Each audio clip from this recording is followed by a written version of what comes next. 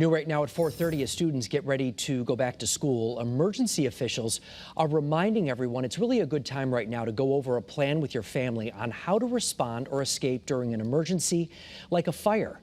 It's a conversation families should be having, that according to the Department of Emergency Services and Public Protection. They say whether you have young children or students heading to college, you need to make sure they are prepared for anything. Joining us right now with more, including some tips, is Alan Zigmund, the program director with the Connecticut Fire Academy. Alan, good to see you. Thanks for being here. Thanks for having me. Let's start with these younger kids in school. What kind of plan should a family have for them before they go back? Well, especially if you have very young children that maybe need assistance in getting out of the house, you should have a plan in place so you know exactly who is going to get which child and to make sure that they can escape safely. Another critical portion of any escape planning is making sure that you identify two ways out of each room. So in case your primary exit is blocked by fire or smoke, you have a secondary way to still get out of the house. And the last and the most key part that I think is to have a meeting place outside.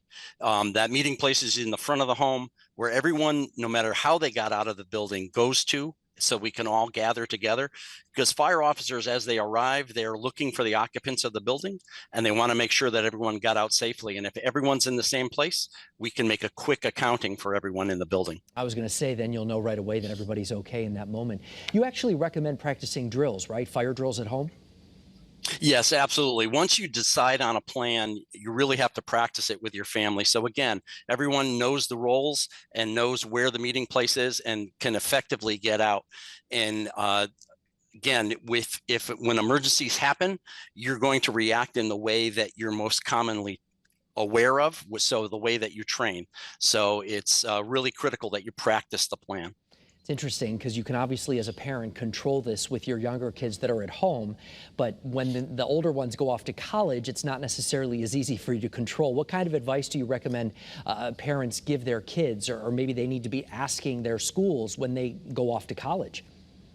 Well, and that's the thing. A lot of off-campus housing is where most of the fire fatalities on campuses occur. So what typically happens is, as students are reaching their older years in college, they're looking for their own place, but often those are not inspected, or parents don't look at the smoke detectors or the potential for fire sprinklers in the building as much as on-campus housing. So those are really critical questions. Understand what sort of fire alarms are in place, make sure that they work, and if there's a fire sprinkler in the building, that's your best line of defense. Also, I would think too, Alan, and correct me if I'm wrong, but even some kind of small fire extinguisher, something like that. They even sell them on Amazon now, these like deterrents that you can keep in your bathroom counter or something like that.